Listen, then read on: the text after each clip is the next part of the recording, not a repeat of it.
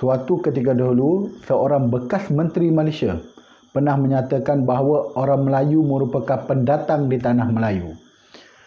Dia juga mengatakan bahawa penduduk asal negara ini ialah orang India yang sudah datang pada 2,500 tahun yang lepas. Jadi, benarkah dakwaan yang dikemukakan oleh bekas menteri tersebut?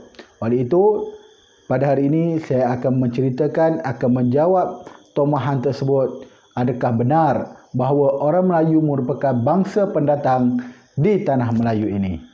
Sebelum itu, jangan lupa untuk subscribe channel saya, like dan juga share untuk mendapatkan lebih banyak info mengenai sejarah negara kita.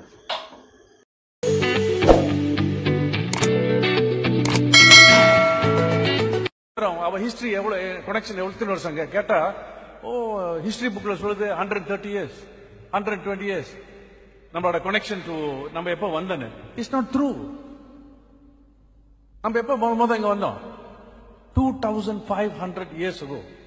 2500 வருஷத்துக்கு முந்தி நம்ம வந்தோம். எந்த ஆதாரம் இருக்கு? பூஜாங் வேலிக்கு நீங்க போனீங்கன்னா எல்லா ஆதாரம் இருக்கு.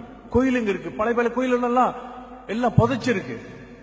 நம்ம சரித்திரம் அன்றைக்கு வரும்போத அவனுங்க பெண்டாத்தாங்க இருந்தானுங்க, நம்ம பெண்டாத்தாங்க. நம்மளும் அவங்களும் சேம். ஆனா இன்றைக்கு நம்ம அதெல்லாம் மறந்துட்டோம். நீங்க கேளுங்க, மாணவர்கள்லாம் கேளுங்க, எங்க நம்மளோட இந்துவோட கனெக்ஷன் எவ்வளவு?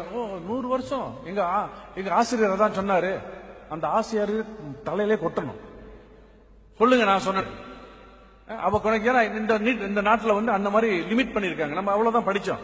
நீங்க பூஜாங் வலிக்கு போனீங்கன்னா இட்ஸ் a வெரி கிளியர், நல்ல விளக்கமா ப்ரூஃப் இருக்கு நம்மளோட கனெக்டிவிட்டி. அவ்வளவு அதுதான் நம்மள வந்து நம்ம கிட்டே சொல்லணும், நம்ம பொதுமக்கள் கிட்ட சொல்லணும்.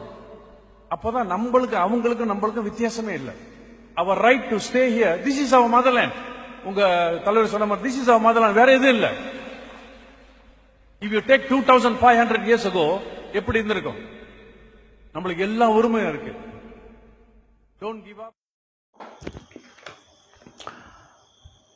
Jadi, berdasarkan video tersebut, benarkah dakwaan bahawa orang Melayu merupakan pendatang di negara ini? Okey, sebenarnya benda ni saya dah jawab dalam buku saya, iaitu Mencabar Teori Chola, terbitan Patriot Publishing, terbitan tahun 2020, itu tahun ni sekitar bulan Februari. Okey, cuma saya nak tegaskan sekali lagi mengenai tomahan tersebut, adakah benar ataupun palsu. Okey, pertama kita kena melihat orang Melayu hakikatnya merupakan penduduk asal di negara ini.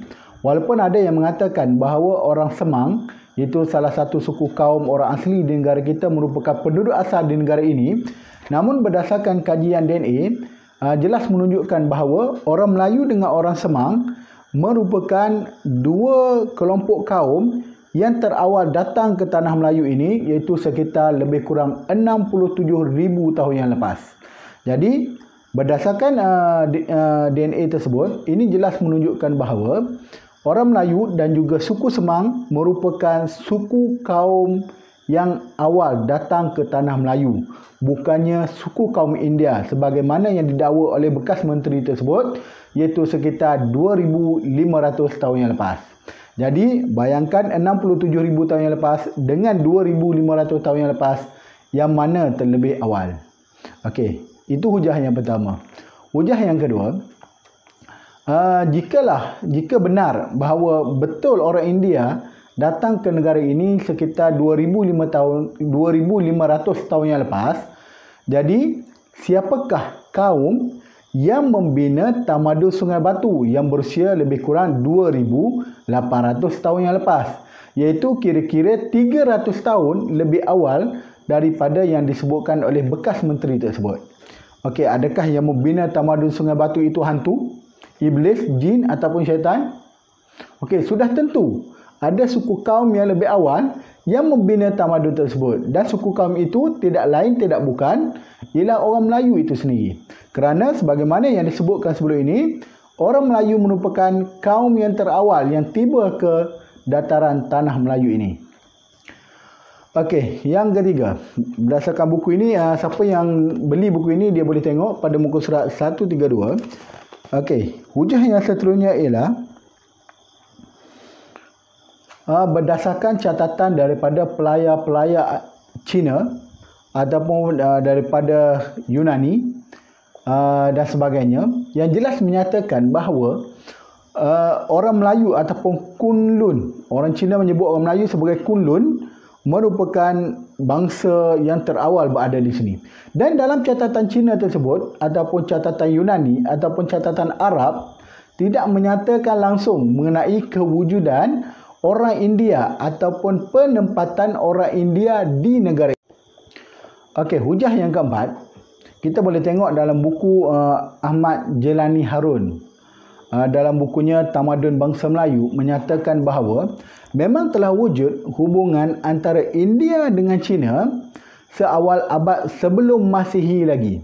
Tetapi hubungan tersebut telah dibina melalui jalan darat, bukannya melalui jalan air ataupun melalui laut. Ini kerana menurutnya lagi, orang India dan orang China pada waktu itu masih belum mempunyai pengetahuan ataupun masih belum mempunyai ilmu untuk menggunakan kapal laut. Jadi segala perdagangan yang berlaku sebenarnya melibatkan jalan darat sahaja. Okey, sebab kapal Cina dan kapal India pada waktu itu hanya boleh melalui sungai-sungai kecil sahaja. Belum mampu untuk menahan gelora daripada laut. Okey, jadi ini menunjukkan secara tidak langsung bahawa orang India sendiri tidak pernah sampai ke tanah Melayu pada waktu itu. Dan apabila perdagangan mula maju, yang menjadi orang tengah antara perdagangan China dengan India ialah orang Kunlun ataupun orang Melayu ini.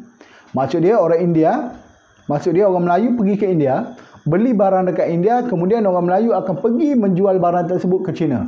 Begitu juga daripada China, barang China orang Melayu beli dan orang Melayu pergi jual dekat India. Okey.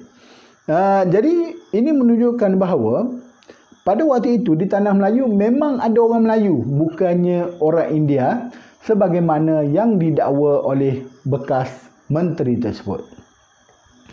Kemudian hujah menteri tersebut yang mengatakan bahawa bukti bahawa orang India telah ada lebih kurang 2,500 tahun yang lepas di negara kita ialah wujudnya Candi Lembah Bujang. Okey, berkenaan dengan Candi Lembah Bujang tersebut, sebenarnya candi itu bukannya candi yang pure daripada India, bukan pure seni bina India.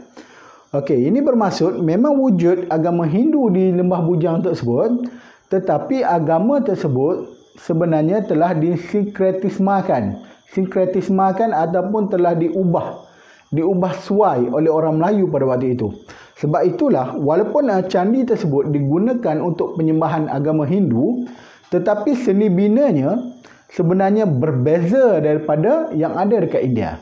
Maksud dia, kalaulah orang India itu yang membina Lembah Bujang, sudah tentu seni bina tersebut adalah seni bina daripada India.